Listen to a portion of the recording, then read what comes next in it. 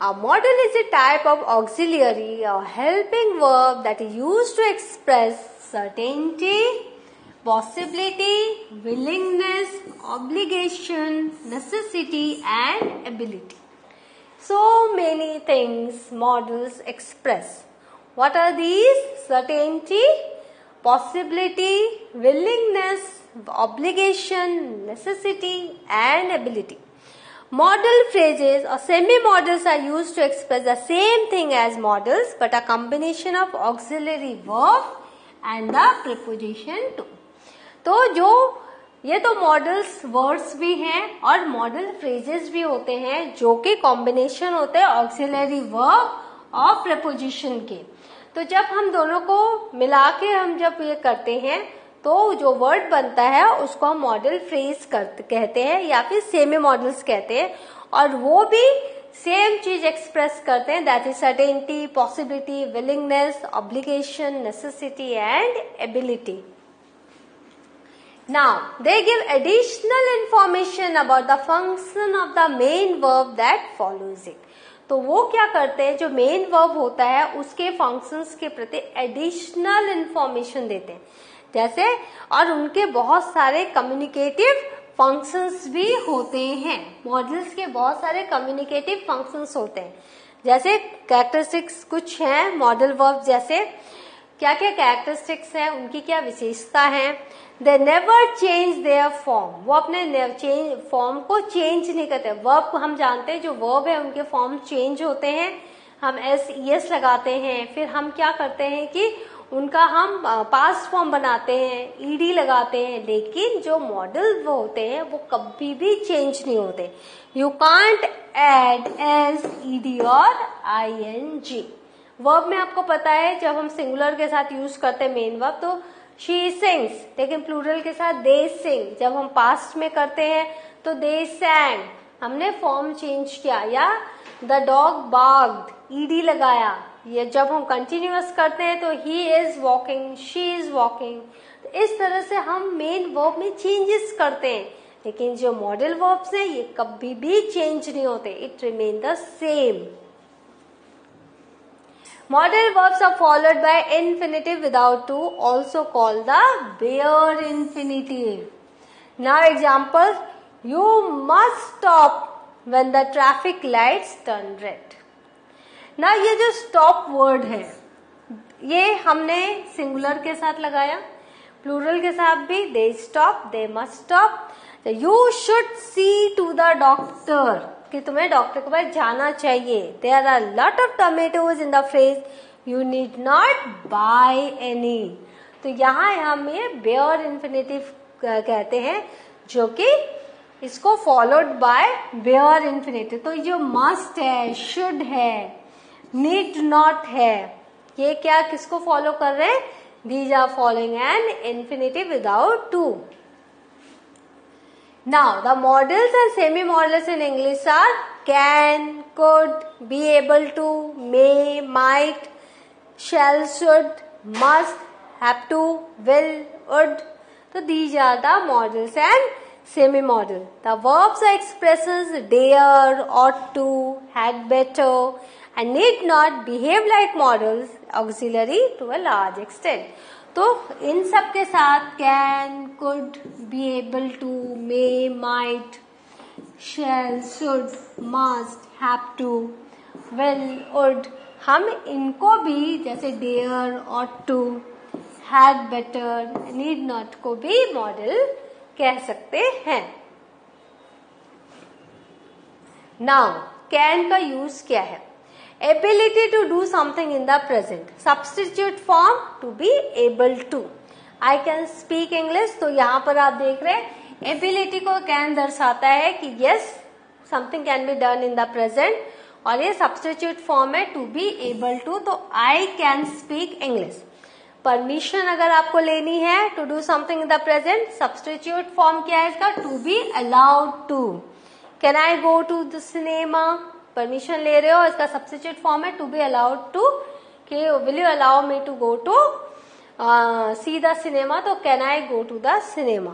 Now request हम करते हैं कैन से, this is the permission. right? First is ability, second is permission, and third is request. Can you wait for a moment please? तो request भी हो गई. Offer जब हम करते हैं, I can lend you my car till tomorrow.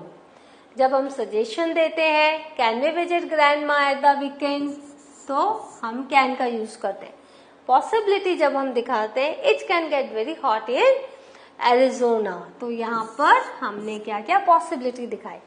अब can का ही पास फॉर्म है कुड, लेकिन हम इसको और भी नए तरीके से भी हम यूज करते हैं. Ability to do something in the past, that is can का ये कुड फॉर्म है. That is substitute form to be able to. I could speak English. Now permission in the past. यहाँ पे देखो आप सब past देखोगे, लेकिन कहीं कहीं पर है कि ये हम polite request में हम जब करते हैं तो भी हम could का यूज करते हैं. Now permission again. I could go to the cinema. Could I go to the cinema? You can write down. Could I go to the cinema? Now polite request, could I go to the cinema please? And polite request, could you wait a moment please? तो इस तरह से यहाँ पर आप देख रहे हो permission to do something in the past, substitute form to be allowed to. तो यहाँ पर प्रेजेंट का हम पास्ट में कैन का कुड होता है, आपको पता है. पर यहाँ जब हम पोलाइट क्वेश्चन करते हैं, could I go to the cinema, तो भी हम प्रेजेंट में रहकर भी हम यूज कर सकते हैं कुड को. और जब हम रिक्वेस्ट करते हैं तो प्रेजेंट में रहकर भी हम कुड का यूज करते हैं. Could you wait a moment please. Now polite offer, I could lend you my car till tomorrow. Polite suggestion, could we visit grandma at the weekend. Possibility, it could get very hot in Mumbai. तो इस तरह से आपने देखा could का हम उपयोग past में नहीं रहके प्रेजेंट में रहके भी कुड का उपयोग कर सकते हैं. नाउ मे का क्या possibility, it may rain today. तो permission to do something in the present, that is to be allowed to. May I go to the cinema. Polite suggestion, may I help you. May का क्या है past form है might. Possibility, less possible than may. देखो may में it may rain today, लेकिन less possibility में क्या है पता है, इट माइट रेन टुडे. हो भी सकता है, नहीं भी हो सकता है. तो it might rain today, less possible than may. Hesitant offer, might he help you. हो भी सकता है, नहीं भी हो सकता. Less possible than may. Now must, force, necessity. I must go to the supermarket today. आज मुझे जरूरत है, मुझे सुपरमार्केट जाना ही है, तो must. Possibility, you must be tired, right? Advice, recommendation, you must see the wonders of world with family. तो इस तरीके से आप देख रहे हो मॉडल्स का हम कैसे यूज करते हैं. जैसे कि मैंने पहले ही आपको बताया था, सर्टेनिटी, पॉसिबिलिटी, सब में हम कैसे इसको यूज कर रहे हैं, और ये हम डे टू डे लाइफ में यूज करते हैं. So it's very easy to use in your writing also. Then must not, may not. Prohibition, must is a little stronger. यहाँ देखो must stronger है. You mustn't work on dad's computer. पापा के computer पे आप काम मत करो. You may not work on dad's computer. तो यहाँ देखो may not जो है less forceful है, थोड़ा weak है must से. अगर किसी ने must बोल दिया मतलब strictly no. May not, ठीक है अभी मत करो. when papa will give you the permission, then you can work on papa's computer, on dad's computer. So that is the may not. Now need not, something is not necessary. I didn't go to the supermarket, we are going to the restaurant tonight. तो need not की क्या है, that is not necessary. तो हम need not का use कर रहे हैं.